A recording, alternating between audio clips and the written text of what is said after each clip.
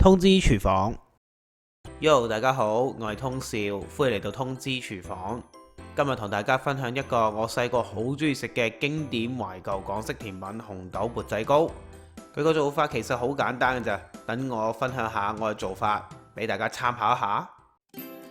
今次我用嘅係日本嘅罐頭紅豆，用罐頭當然就慳水慳力好多，唔使浸同埋唔使煮個紅豆。如果大家買唔到呢啲罐頭嘅話，就可以用翻啲普通嘅紅豆粒，浸過嘢之後用大火煮佢15分鐘，熄火再焗佢50分鐘左右就用得噶啦。之後揾一個煲，加指定份量嘅水，將啲糖煮溶佢成為糖漿。我用嘅係片糖，顏色比較淺。如果想深色啲嘅話，可以改用黑糖或者黃糖去整。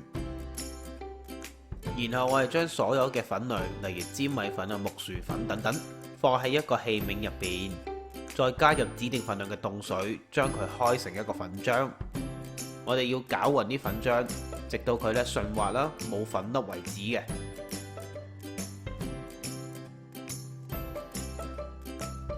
之後就要撞入啱啱煲滾嘅糖漿落去，然後就要快手將佢攪勻佢。加咗滾嘅糖漿之後，個粉漿會成半熟嘅狀態。呢個就係令到紅豆唔沉底嘅秘訣。半熟嘅粉漿佢比較結身，有承托力。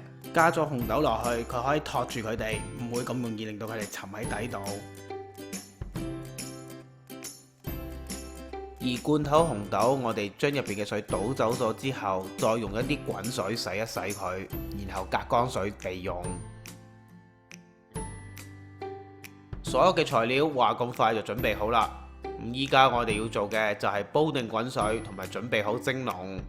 當水滾之後，我哋喺蒸籠入邊放定4個嘅飯碗，等佢蒸4至5分鐘，令佢預熱。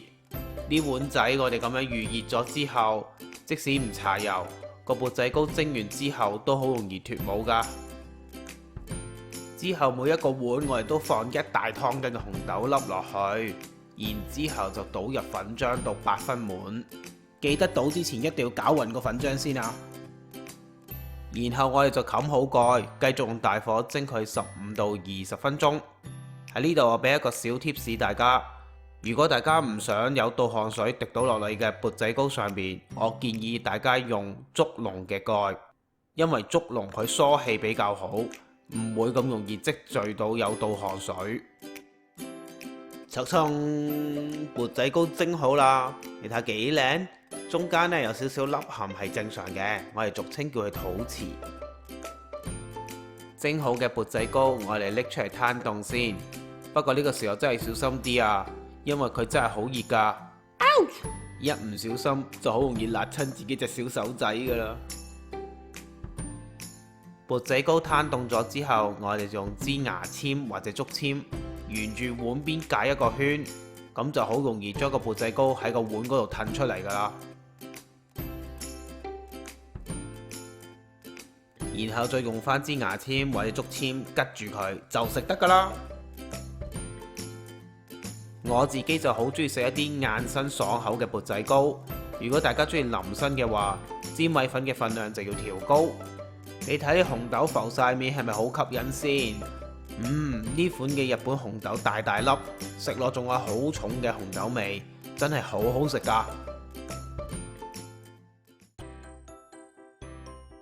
想口味創新啲嘅話，可以用椰汁代替水，咁就做一個椰汁紅豆缽仔糕。材料份量就寫咗喺熒光幕度，或者喺上述嘅網址重溫。要知我用咩牌子嘅嘢嘅話，可以喺短片嘅 info 揾到。仲有咩問題嘅話，歡迎你嚟到我 Facebook 或者 YouTube 呢度留言俾我。如果大家中意我嘅短片，希望你會俾個 like 同埋 share 俾你身邊嘅朋友，仲要訂閱我嘅頻道支持下我。